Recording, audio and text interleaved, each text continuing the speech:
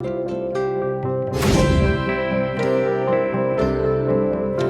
வீடியோவில் நம்ம என்ன பார்க்க போறோம்னா, கும்பராசிக்காரர்களுக்கு 2026 ஜூன் மாதம் ஆகக்கூடிய குரு பெயர்ச்சி எத்தகைய ஒரு பலாபலன்கள் நிறைந்த அடுத்து வரக்கூடிய 13 மாதங்கள் இருக்குது. ஜூன் 2026லேருந்து ஜூன் 2027 வரைக்கும் இருக்கக்கூடிய அந்த 13 மாதங்கள் கும்பராசிக்காரர்களுக்கு எத்தகைய ஒரு பலாபலன்கள் நிறைந்த எத்தனை ஒரு அமைப்பு பிராப்தங்களும் தோஷங்களும் அடுத்து வரக்கூடிய 13 மாதங்கள் காத்திருக்கிறது அப்படிங்கிறது சயின்டிஃபிக் வேதிக் அஸ்ட்ராலஜி முறையில் துல்லியமாக எந்த விதத்தையும் மிகைப்படுத்தாமல் பரிகாரங்கள் அது மாதிரி மூடநம்பிக்கைகள் போகாமல் உள்ளது உள்ளவாறு ராசிக்கு ஒரு கிரகம் இந்தந்த இடத்துல இருக்கும் பொழுது இந்தந்த டிகிரியில் இருக்கும் பொழுது எது மாதிரி ஒரு தாக்கத்தை கொடுப்பார் அப்படிங்கிறத நாம் அறிவியல் சார்ந்த கலையாகிய இந்திய வேத ஜோதிடர்கள் அடிப்படையான சயின்டிஃபிக் வேதிக் அஸ்ட்ராலஜி முறையில் நாம் பார்க்க போகிறோம். இப்போ கும்பராசிக்காரர்களுக்கு பாருங்க, குரு வந்து 5ஆம் இடத்துல இருந்த குரு மிதுனத்திலிருந்து கடகத்துக்கு 6ஆம் இடத்துக்கு மாறுறார். 6ஆம் இடத்துல மாறி உச்சமும் பெறுகிறார்.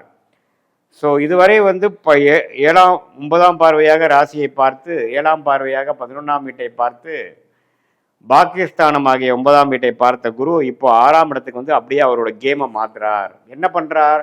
6 வலுக்குது, 12ஆம் இடம் வலுக்குது. அதே சமயத்தில் தொழில் ஸ்தானம் என்று சொல்லப்படுகிற அந்த 10ஆம் இடமும் வலுக்குது.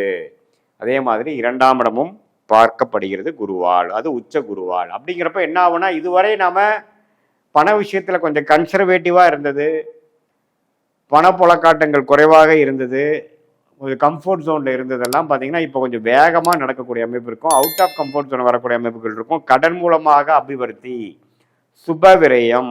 ஒரு இடத்தை நம்ம ஒரு ப்ராப்பர்ட்டி வாங்கியிருக்கோம், அதை விற்கிறோம், அது மூலமாக காசு வருது, அது பல விஷயத்துக்கு யூஸ் பண்ணுறோம்.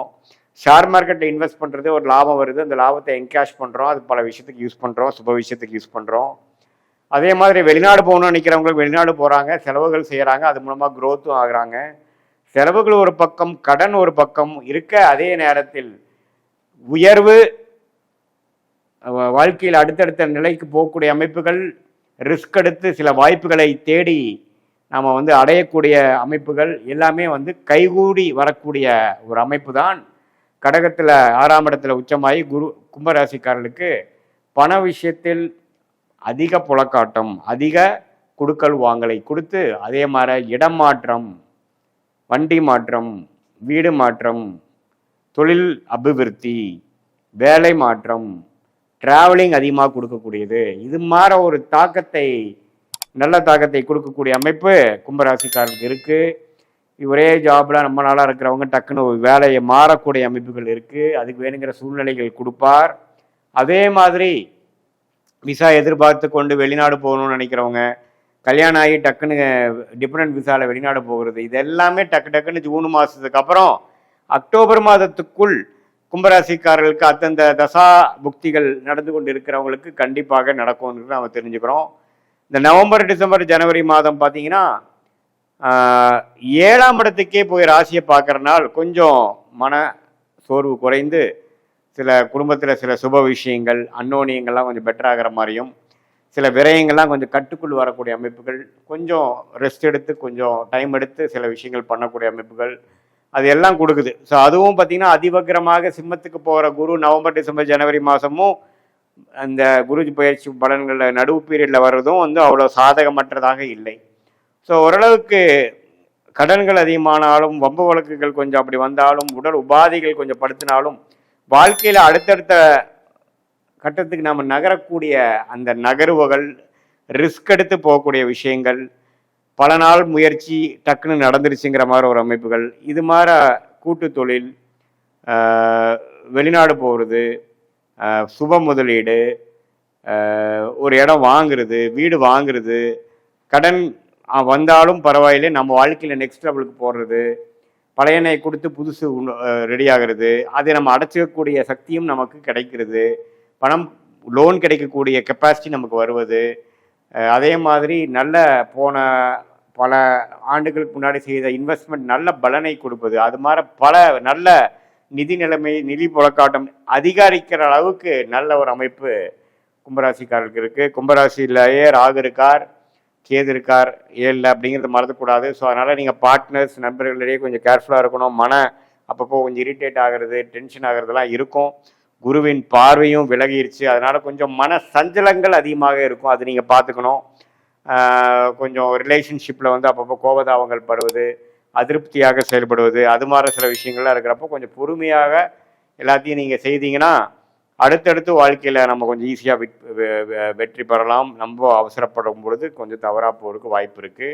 இது பொதுவான பலனே தவிர உங்களுடைய ஜென்ம ஜாதகத்தில் என்ன தசாபுக்திகள் போய்கொண்டிருக்கிறது, தசநாதன் எப்படி இருக்கிறார், புக்திநாதன் எப்படி இருக்கிறார், தசநாதனுக்கும் புக்திநாதனும் இப்போ கோச்சாரத்தில் எது மாதிரி அமைப்புகள் போயிட்டுருக்கு, நீங்கள் கும்பராசியில் நீங்கள் என்ன நட்சத்திரத்தில் பிறந்திருக்கீங்க, அவிட்டமா சதயமா அல்லது பூரட்டாதியா, இதெல்லாம் வைத்து அடுத்த வரக்கூடிய ஷார்ட் டேர்ம் எப்படி இருக்குது, அடுத்த வரக்கூடிய லாங் டேர்ம் எப்படி இருக்குது, எது மாதிரி விஷயங்களை நாம் பார்க்கும் பொழுது நம்ம வாழ்க்கையில் வெற்றி அடைய முடியும், எது மாதிரி விஷயங்களில் வந்து நம்ம கொஞ்சம் பொறுமையாக இருக்கணும், நம்மளுடைய பிராப்தங்கள் என்ன, நம்மளுடைய தோஷங்கள் என்ன, ஷார்ட் டேர்ம் எப்படி இருக்குது, லாங் டேர்ம் எப்படி இருக்குது, எந்த நேரத்தில் இடம் மாறலாம், எந்த நேரத்தில் வேலை மாற்றங்கள் உண்டு, எந்த நேரத்தில் ப்ரொமோஷன் உண்டு, எந்த நேரத்தில் கடன் அடையும், இந்த நேரத்தில் நம்ம வந்து அடுத்தடுத்த முக்கியமான முடிவுகளை எடுத்து வாழ்க்கையில் இருக்கக்கூடிய அந்த கரெக்ட் சாய்ஸை நம்ம எடுக்க முடியும் அப்படிங்கிறதுக்கு சயின்டிஃபிக் வேதிக் அஸ்ட்ராலஜி முறையில் உங்களுடைய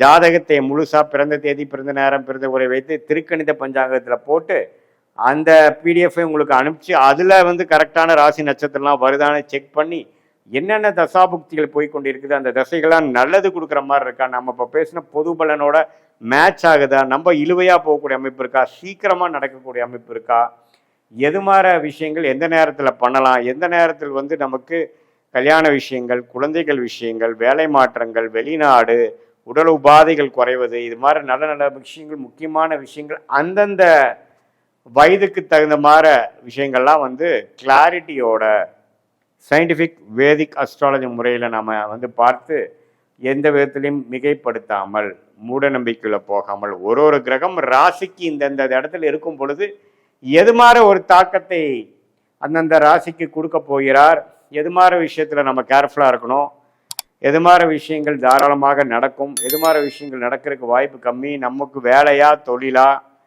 corporate private life, private professional லைஃபா அல்லது கவர்மெண்ட் ரிலேட்டடான விஷயத்துக்கு நமக்கு பிராப்தம் இருக்கா அப்படிங்கிறலாம் கரெக்டாக தெரிஞ்சால் அதுக்கு தகுந்த மாதிரி முயற்சிகளை அந்தந்த நேரத்தில் போடும் பொழுது எளிதாக நம்மளுடைய வாழ்க்கை குறிக்கோள்களை வந்து டக்குன்னு நம்ம அடைந்து தேவையற்ற சமய விரயங்கள், தேவையற்ற பொருள் விரயங்கள்லாம் அடையாமல் நம்மளுடைய பிராப்தம், நம்மளுடைய தோஷம், நம்மளுடைய கர்மா என்னங்கிறது தெரிந்து நம்மளுடைய பாஸ்ட் அதோட மேட்ச் ஆகுதா, ப்ரெசண்ட் அதோட சிங்க் ஆகுதா, அடுத்த வரக்கூடிய ஃப்யூச்சரும் அதோட ஒத்து போதாங்கிற மாதிரி விஷயங்களை தெல்ல தெளிவாக ஆராய்ந்து அதுக்கு தகுந்த மாதிரி வாழ்க்கையை அமைச்சு கொண்டு திட்டமிட்டு வாழும் பொழுது வாழ்க்கையில் எளிதில் வெற்றி பெற முடியும் என்று சொல்ல விரும்புகிறேன். மீண்டும் மற்றொரு காணொளியில் சந்திப்போம். நன்றி, வணக்கம்.